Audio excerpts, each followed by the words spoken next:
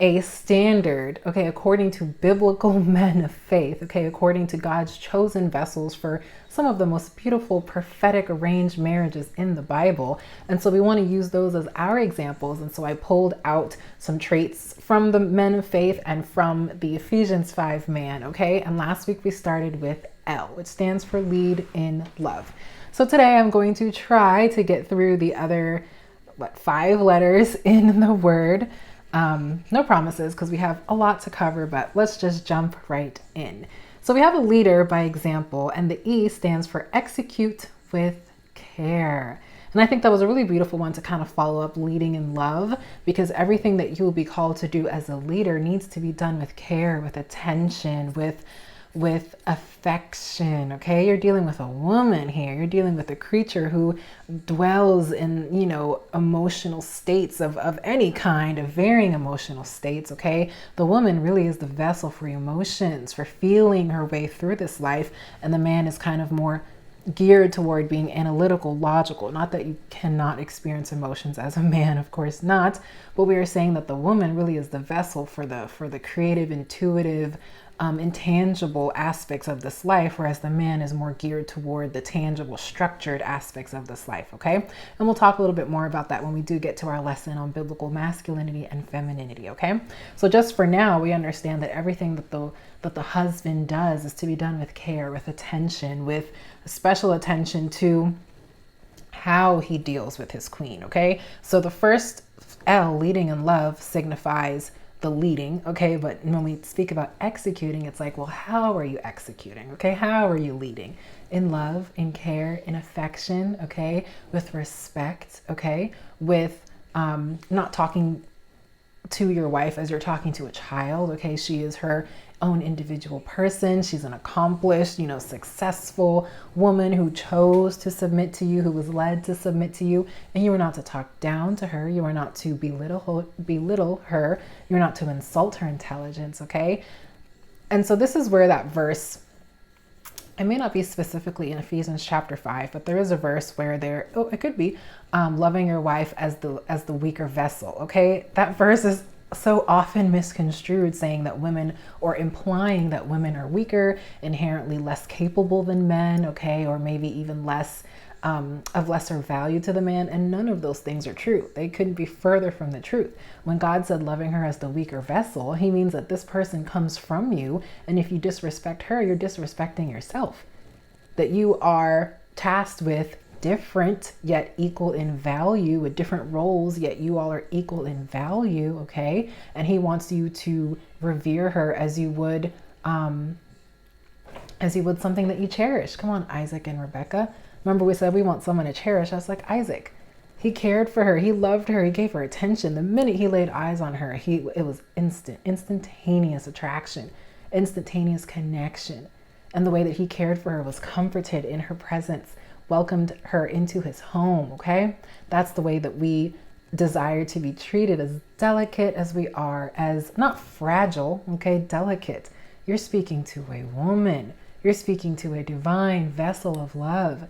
And we are to be handled with care. We are to be handled with a certain delicacy or delicateness or care or attention. Okay, we are not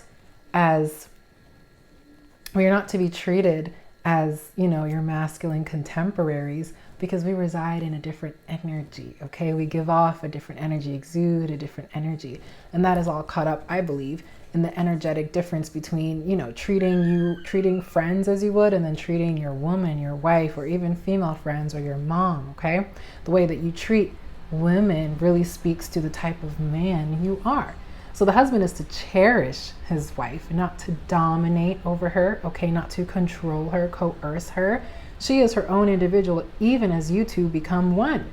And her opinions and her feelings are to be considered and handled with care, because she is your partner. She is not she's not a load you have to bear. She's not a load that you have to drag around. She's not a child that you have to raise. She's a beautiful woman to cultivate. Okay? So the Ephesians 5 man is sacrificial. He goes out of his way to care for his wife, to care for his queen, sacrificing maybe things he would rather be doing to make sure that she is, to make sure that her well-being, is considered, to make sure that she has all that she needs. He may even endure a season of sacrifice before he even meets this woman, just to prove that he was sacrificial in his weight, okay? He may be called to go through a season of building by himself. Come on, Adam. Come on, Boaz. Where he is building alone, okay? Sacrificing, not focusing on relationships for a season, so that when God begins to awaken him from his slumber and he awakens to the woman God has for him, he would have proven that he's sacrificial, putting aside his desires for a season and allowing God to usher in the woman he has for him. And you'll be able to see that sacrificial love before you get together with him and in your marriage. And the way that he will care for you will speak to how much he cherishes you, okay? So we know God takes care of his bride. God takes care of his people, takes care of his own, okay? And that is the same level of care that God expects husbands to implement in their marriage with their wives. This is a vessel. This is a gift. The woman is favor. She is favor for you, King. And the way that you handle her speaks highly or speaks loudly of how much you appreciate God's gift. Speaks very loudly of how much you appreciate God's gift. Do you mistreat her? Do you abuse her? Do you mishandle her? Okay? This is not your portion, Queen. If you are suffering at the hands of a man, that is not your portion, and that man does not cherish you. And King, you are you are disrespecting the literal vessel God has placed in your care. Women are placed in the care of their husbands, physically, financially, okay, talking about provision and security, emotionally, okay, and spiritually, you know, in his leadership, placed in his leadership care. And are you abusing, mistreating that level of authority you have in her life? God has entrusted you with an amazing vessel of his love, and the way you care for her reflects how you appreciate God's gift for you, okay? Something to think about, okay? So if you truly cherish your wife, according to Ephesians 5, she will become a better version of herself with you. Okay, King, your wife should be so well taken care of that she literally flourishes in her marriage with you, in her marriage to you. She should become the best version of herself.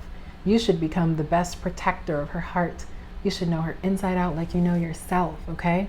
You should be able to pick up on her moods, her emotions, okay, her needs, her desires. Of course, through conversation, but over time, you should learn your wife. Learn her little quirks and her mannerisms and things that make her unique, and cater to that. Because the woman has been developed in the same way to cater to you, to your needs, your desires, your unspoken requests.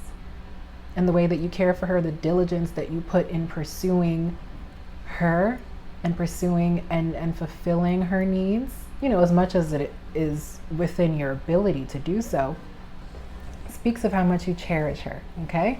So that's the E, executing with care. Okay? Now, let's move on to letter D. Hopefully we can get all of these in this video. The leader is dedicated and a devoted learner, okay? The leader is a dedicated and devoted learner. So I spoke briefly earlier that a husband should seek to learn his wife, to learn her mannerisms, what makes her unique, what makes her special, how God created her, okay? Her likes, her dislikes, her tastes, her interests, her hobbies, her dreams, her goals, her passions, okay? These are things that you should know intimately about your partner and vice versa. This is what it looks like to get to know someone on an intimate level as husband and wife. You should be able to know these things and share these life experiences with your life partner and build a life together that reflects both of your interests and passions and motivations and purpose. Okay, so a dedicated and devoted learner means that he is really interested in studying his wife, learning her, okay, catering to her needs, allowing himself to be catered to as well, okay?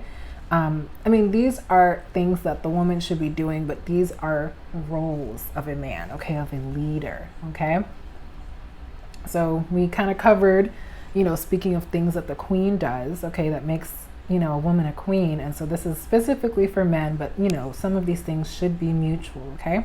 So by studying his wife, by being dedicated to learning about his wife, he can better serve her. He can better serve her needs. And that gesture will be reciprocated in marriage, okay? The more you study her and learn her and cater to her, she will be inspired to do the same, okay? Leading by example. If you show that you are so interested in having date night, okay, let's just say you want date night once a week, or, you know, a romantic dinner, one-on-one dinner, child-free dinner, whatever station of life you're in, and you are dedicated to that weekly investment in her, or, you know, bi-weekly, twice a week investment in her, the energy will be reciprocated, King. Your efforts will not be in vain if you're dealing with the woman God has for you, okay? So the Ephesians 5 man, he makes his wife whole.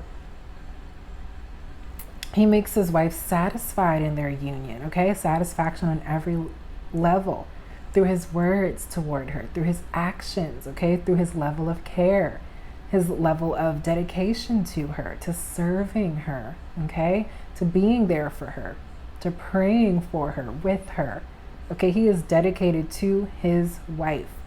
And in this type of relationship, in this type of dynamic where you're dedicated to one woman, the woman who captured your heart and ravished your heart, healing will occur. So many beautiful things will be a byproduct of this union, but healing will occur, okay? That vulnerability will be sacred, will be revered as a sacred time between you and your spouse, okay? Neither of you will be afraid or ashamed to be vulnerable with each other, because you would have built up such a beautiful level of trust that vulnerability will be a place where you all can dwell effortlessly, okay? And this is really a result of the level of care, okay? The level of care, emotional security you provide, and your ability to study and learn your wife as the beautiful creature that she is, okay? So honestly, being able to reach this level of intimacy with someone really does take dedication and devotion, okay? In the way that you invested in yourself in your singlehood is the same way that you should continue to invest in yourself and in your partner in marriage. I mean, you gotta take care of yourself to even be able to pour into someone else, but you should meet that person with the same level of care that you would yourself, because she is of you, King. You mistreat her and you are mistreating yourself, okay? You do not respect her, you are ignoring, or love her, you are ignoring a biblical mandate that God has given you as a man of God. Okay, you represent God's vessel of love. You represent God's level of love for this woman as a chosen vessel, and he has entrusted this woman in your care. And he expects a return on investment. God expects for there to be fruit from marriage. Okay, not just in the form of children, but he wants you all to be fruitful, to produce beautiful things in your marriage, like healing, abundance, okay? He wants you all to come together and flourish. And this is all done by being dedicated to learning and serving the woman he has placed in your care, okay? So the woman will evolve in your presence, in your care, under your tutelage, if you're called to kind of show your wife the ropes in the industry that you all will be building in together, okay? Because some people are called to build with their partner, and she will be coming under your expertise, your tutelage, if you've stepped out in faith, and she is now coming under, coming under your umbrella of building or continuing to build the empire that God has placed in your care. So you really should be bringing out the best in your wife. You all should bring out the best for each other, best in each other, improving one another, okay, maturing together and helping each other evolve. Okay, and this is a result of being dedicated.